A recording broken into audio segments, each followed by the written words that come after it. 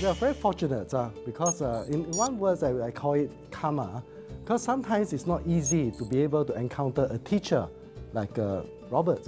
You have been very honest with us about what gets you so far, and then what type of education that's important for people to be able to actually survive or even prosper in the current era of uncertainties. Especially if there is going to be an economic downturn in 2016.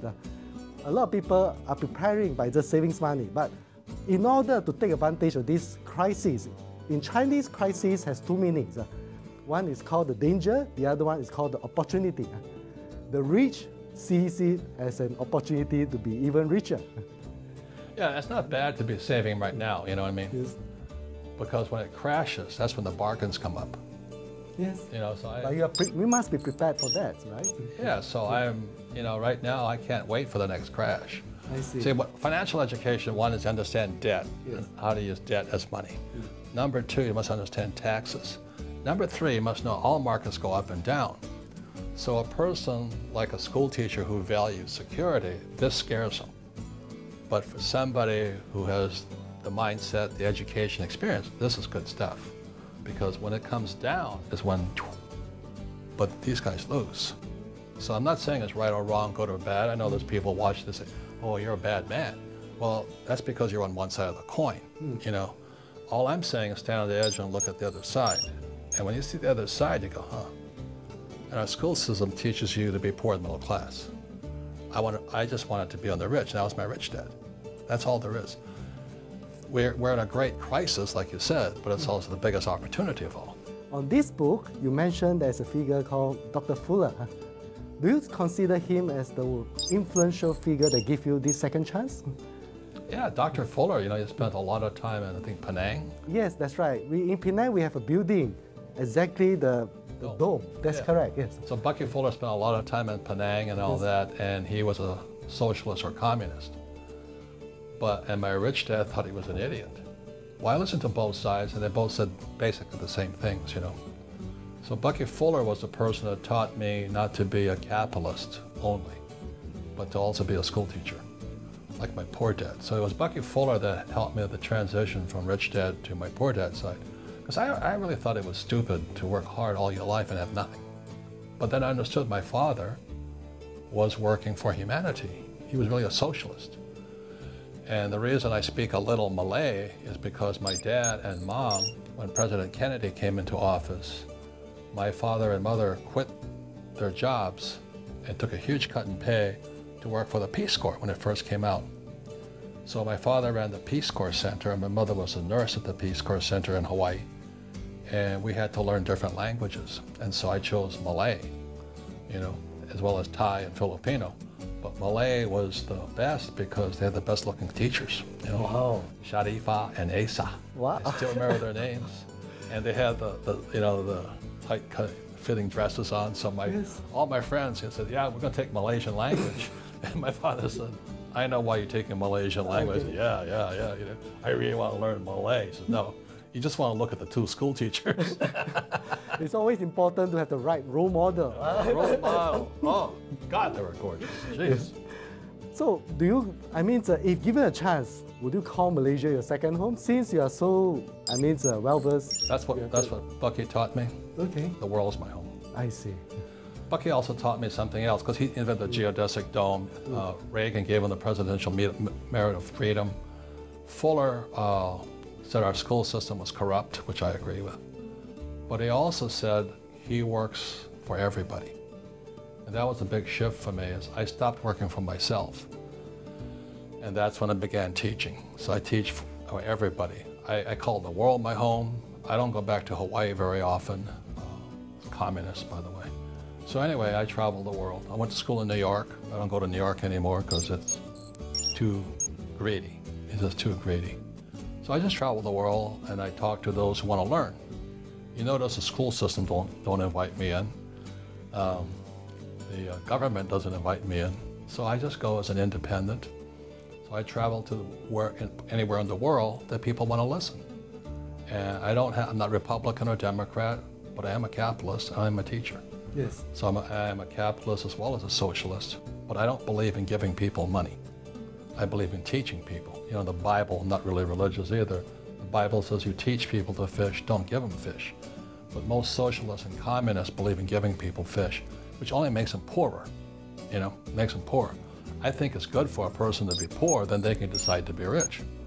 You know, if they don't have food or money, that's not my problem, it's their problem. But, oh, let's give you money, you know. And then that spurs corruption from the bureaucrats. And that's why, I'll say it again, democracy has gone in the world. Today we have a kleptocracy. That's where our governments are stealing from the people. And that's why I teach. That's why I worry about my own life, because as you know, governments do take people out. You say you are not a Republican, neither are you a Democrat, but you have a good friend that is currently going for the top position in the government of the United States. How do you see, why does he want to do that, Mr. Donald Trump? Well, Donald's the same way. He's not Republican or Democrat, which makes it, that's why the Republicans hate him so much. You know, they wish he wasn't a Republican. Because what's going on in the world, the way politicians used to be chosen, was that the powers would sit in a little room and they say, okay, we're going to run George Bush. And the other guy said in the other room said, we're going to run Hillary. So you have the same families, you know, Bush versus Clinton. They're all crooks. All of them are crooks. You know, they're not working for the people, they're working for the rich, right? So what's happening in the world is a shift in power. So independents are coming up. And so this guy, Ben Carson's independent, brain surgeon. You know, Trump is an independent, he's coming up. Democrats are all communists. I mean, even Bernie Sanders, you know, he admits he's a socialist and a communist, which is good. I like the guy. He's honest. So Trump is much like me. He's both Republican, Democrat, he's conservative, he's a liberal. He's a man who thinks for himself. The reason I don't support Donald because he's my friend. When I look at the world crisis and I look at the US crisis, then who is the best candidate for the job? Bernie Sanders? I don't think so. Ben Carson? I don't think so. Carly Fiorina? No. Not that she's a woman, she's an employee, she's a CEO. Donald's an entrepreneur. You see, Carly fired more people than Donald's ever hired. I think this guy Marco Rubio's nice, smart guy, but he's got no horsepower. You know, the Arabs are going to eat him alive. The Chinese will kick his butt. You know, I see. At this time, you know, Trump is correct. China's kicking our butt, Mexicans kicking our butt, Europeans are kicking our butt, and so Trump says, I'm going to go kick their butt. Oh, I like that. At least we have a leader that has a proven record to create opportunities. Money. That's right. He knows how to make money. To make money. All the other candidates know how to steal money. That's the difference. Okay. Thanks a lot. I think I'm going to run for office. I see. No, I'm not. No, but Okay. Thanks a lot, Robert. Man, the final message is it's up to you. You know, you can be rich or poor or middle class. It's up to you. I made my decision as a 9-year-old boy. That's why I understand money. And that's why schools will never teach you. 今天真是收获良多，我在 Robert 身上学到了很多东西。在还没有遇到他之前，我还一直以为说 Robert 提倡的就是要怎么去投资房地产，然后从中致富。可是我才发觉，其实他的目的不是这么样。他其实提倡的是一个真正学习了所有财务的方面的知识过后，才去进行这个投资。教育才是最重要的根本，而不是叫你贸贸然就随便去跟银行借钱，就买了第一套房子给自己住。这样的这个投资呢，对他来说反而是一个不恰当的投资啊。他觉得富爸爸和包括他一直提到的那一位世界级的建筑师，也是所谓的这个预言师 Dr. Fuller 啊。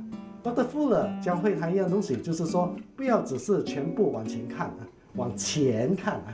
这个钱是重要，可是不是万能的啊。对他来说呢，我们作为一个人呢，必须是在一个硬币里面，不管是左边、右边还是中间，都必须有全面的认知。所以在这个暴风雨来临的时候，在这个世界级的经济风暴来临的时候，我们必须会同时看到好的那一面跟坏的那一面，跟准备好自己怎么在这个危机来临的时候，认识到它的危险，也同时学会怎么在启动中把握住这个机会。